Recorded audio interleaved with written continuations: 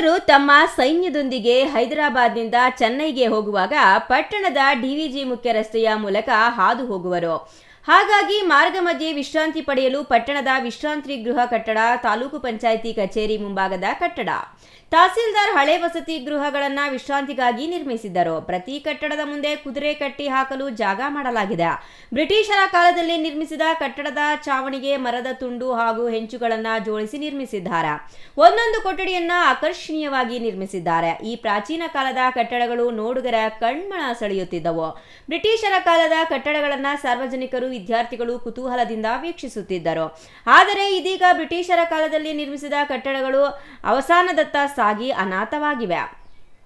ಪಟ್ಟಣದ ಟಿಬಿ ಕ್ರಾಸ್ನಲ್ಲಿ ಬ್ರಿಟಿಷರು 2 ಕೊಠಡಿಗಳ ವಿಶ್ರಾಂತಿ ಕಟ್ಟಡಗಳನ್ನು ಕಟ್ಟಿಸಿದ್ದರು. ಇದನ್ನ ಲೋಕೋಪಯೋಗಿ ಇಲಾಖೆ ಉಸ್ತುವಾರಿಯಲ್ಲಿ ಪ್ರವಾಸಿ ಮಂದಿರ ಮಾಡಲಾಗಿತ್ತು.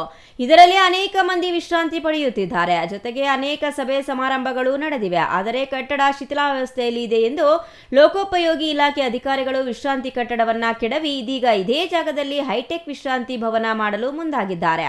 ಇದು ಸಾರ್ವಜನಿಕ ವಲಯದಲ್ಲಿ ಅಸಮಾಧಾನ ಮೂಡಿಸಿದೆ. ಜೂನಿಯರ್ ಕಾಲೇಜಿನ ಮುಂದೆ ಬ್ರಿಟಿಷರು 6 ಸಣ್ಣ ಕೊಠಡಿಗಳ ಕಟ್ಟಡ ನಿರ್ಮಿಸಿದ್ರು.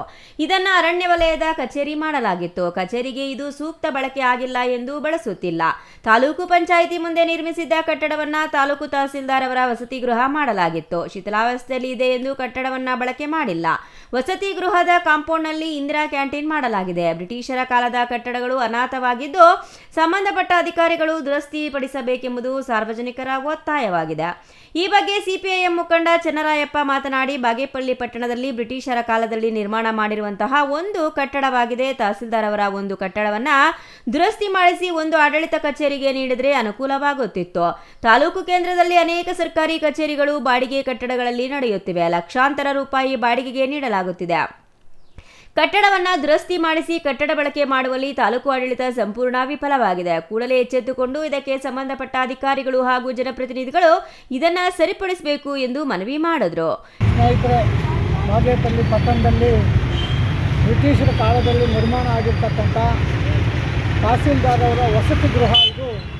ಇವತ್ತು ಬಾಗೇಪಲ್ಲಿ ಪಟ್ಟಣದಲ್ಲಿ ಏನು ಉಪಯೋಗಕ್ಕೆ ಬಾರದೆ ಇವತ್ತು ಬೀಗ ಜಡಿದಿರ್ತಕ್ಕಂಥದ್ದು ಇವು ನಾವು ನೋಡ್ತಾ ಇದ್ದೇವೆ.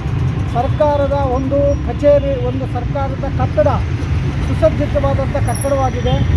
ಆದರೆ ಇವತ್ತು ಯಾವುದೇ ಕೆಲಸಕ್ಕೂ ಉಪಯೋಗ ಮಾಡದೆ ಇದಕ್ಕೆ ಬೀಗ ಹಾಕಿ ಇದನ್ನು ಮೂಲಗುಂಪ ಮಾಡಿರ್ತಕ್ಕಂಥದ್ದಿದೆ. ಈಗ ಮಾನ್ಯ ತಹಸೀಲ್ದಾರ್ ಅವರು ಬಹುಶಃ ಬೆಂಗಳೂರು ಕಡೆಯಿಂದ ಬರಬಹುದು ಬಾಗೇಪಲ್ಲಿಗೆ. ಇಲ್ಲಿ ಅವರು ವಾಸ ಇರಲಿಕ್ಕೆ ಕೂಡ ಒಂದು ವ್ಯವಸ್ಥಿತವಾದಂಥ ಬಿಲ್ಡಿಂಗ್ ಇದ್ದರೂ ಕೂಡ ವಾಸ ಮಾಡದೇ ಇರ್ತಕ್ಕಂಥದ್ದು ಕೂಡ ಆಗ್ತಾ ಇದೆ. ಇದು ಬೇರೆ ಬೇರೆ ಸರ್ಕಾರಿ ಕಚೇರಿಗಳಿಗೆ ಇವತ್ತು ಉಪಯೋಗ ಆಗ್ತಕ್ಕಂಥದ್ದು. ಇವತ್ತು ನೋಡಿದರೆ ಬೇರೆ ಬೇರೆ ಕಚೇರಿಗಳು ಇವತ್ತು ಬಾಡಿಗೆದಲ್ಲಿ ಇವತ್ತು ನಡೆಸ್ತಾ ಇದ್ದಾರೆ. ಉದಾಹರಣೆಗೆ CDPO ಕಚೇರಿ ಆಗಿರ್ಬೋದು, ಹಾಗೆಯೇ ಇವತ್ತು ನೋಂದಣಿ ಕಚೇರಿ ಆಗಿರ್ಬೋದು, ಆ ರೀತಿ ಬೇರೆ ಬೇರೆ ಅಂಗನವಾಡಿ ಇಂಥದ್ದು ಬೇರೆ ಬೇರೆಗಳೆಲ್ಲ ಕೂಡ ಇವತ್ತು ಖಾಸಗಿದಲ್ಲಿ ನಡೆಸ್ತಕ್ಕಂಥದ್ದು ಆಗ್ತಾ ಇದೆ. ಇಂಥದಕ್ಕೆ ಇವತ್ತು ಸರ್ಕಾರಿ ಕಚೇರಿಗಳಿಗೆ ಉಪಯೋಗ ಆಗ್ತಕ್ಕಂಥ ಒಂದು ತಹಸೀಲ್ದಾರ್ ವಸತಿ ಗೃಹ ಇವತ್ತು ಏನಕ್ಕೂ ಕೂಡ ಬಾರದೇ ಇರ್ತಕ್ಕಂಥದ್ದು ಕೂಡ ಇವತ್ತು ವಾತಾವರಣ ನಿರ್ಮಾಣ ಆಗ್ತಾ ಇದೆ. ಇದನ್ನು ತಕ್ಷಣವೇ ಸರ್ಕಾರದ ಜನಪ್ರತಿನಿಧಿಗಳು, ಸರ್ಕಾರದ ಕಚೇರಿಯಲ್ಲಿ ಕೆಲಸ ಮಾಡ್ತಕ್ಕಂಥ ಇವತ್ತು ತಹಸೀಲ್ದಾರ್ ಆಗಿರ್ಬೋದು, ಇವರೆಲ್ಲರೂ ಕೂಡ ತಕ್ಷಣವೇ ಇದಕ್ಕೆ ಎಚ್ಚೆತ್ತುಕೊಂಡು ಈ ತಹಸೀಲ್ದಾರರ ವಸತಿ ಗೃಹ ಏನಿದೆ ಇದನ್ನು ಸರಿಯಾಗಿ ದುರುಪಯೋಗ ಆಗದೇ ಉಪಯೋಗ ಮಾಡಿಕೊಳ್ಳಲಿಕ್ಕೆ ಇವತ್ತು ವ್ಯವಸ್ಥಿತವಾದಂಥ ಪ್ರಯೋಜನ ಆಗಬೇಕು. Ganesh R, CTV news, Bagepalli.